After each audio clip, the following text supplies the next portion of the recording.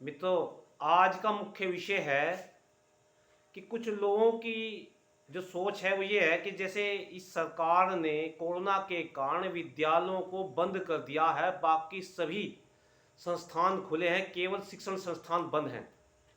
तो उसके विरोध में कुछ मित्र चाहते हैं कि हमें इसका विरोध करना चाहिए। विरोध किस प्रकार का करना चाहिए कि हमें चुनाव का बहिष्कार करना चाहिए।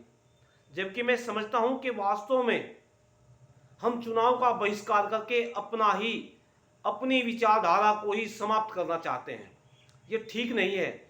ये ठीक है कि गुस्सा है, जाहिर तो किसी न किसी प्रकार से हमें करना ही होगा, परंतु जो ये तरीका है चुनाव का बहिष्कार करने का वो ठीक नहीं है। क्योंकि पहले कई बार ऐसे उदाहरण हैं, पिछले ऐसे कई उदाहरण हैं कि जिन लोगों ने भी चुनाव का बहिष्कार किया उन लोगों को ही अपनी मानसिकता के अनुरूप उसके विरोध में, बल्कि कोई ऐसा जो मान लिया हम लोगों ने अपना जिसे हम चुनना चाहते थे या जिसके पक्ष में थे उसका विरोधी कोई व्यक्ति बन गया। मान लिया हम 10 लोग या 50 100 लोग 1000 2000 लोग चुनाव का विरोध करते हैं, पर हमारे विरोध करने से चुनाव रुकेगा तो नहीं, कोई खास प्रभाव नहीं पड़ेगा। लेकिन जो हमारा विरोधी व्यक्ति जीत जाएगा और हमारी हार होगी।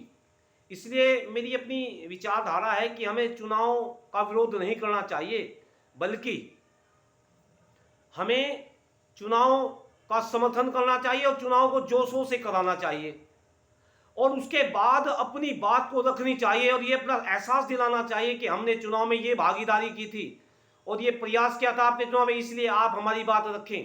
आप विधानसभा में कहीं भी जहां कहीं हमारी बात दमदारी तरीके से रखी जा सकती है, वो आप हमारी बात दमदार तरीके से रखें। यदि हम अपनी बात कुछ भी न कहेंगे, अगर इसका मतलब तो यही हो गया कि हमने अपनी कोई बात अपनी रखनी थी, वो रखने की बजाय, अपनी बात कहने की बजाय हम शांत हो गए।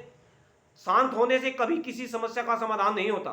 अपनी बात कहनी पड़ती है, अपनी बात सुनानी पड़ती है। यदि हम अपनी बात नहीं सुनाएंगे, दूसरे व्यक्ति हमारी किसी भी बात पर ध्यान नहीं देंगे।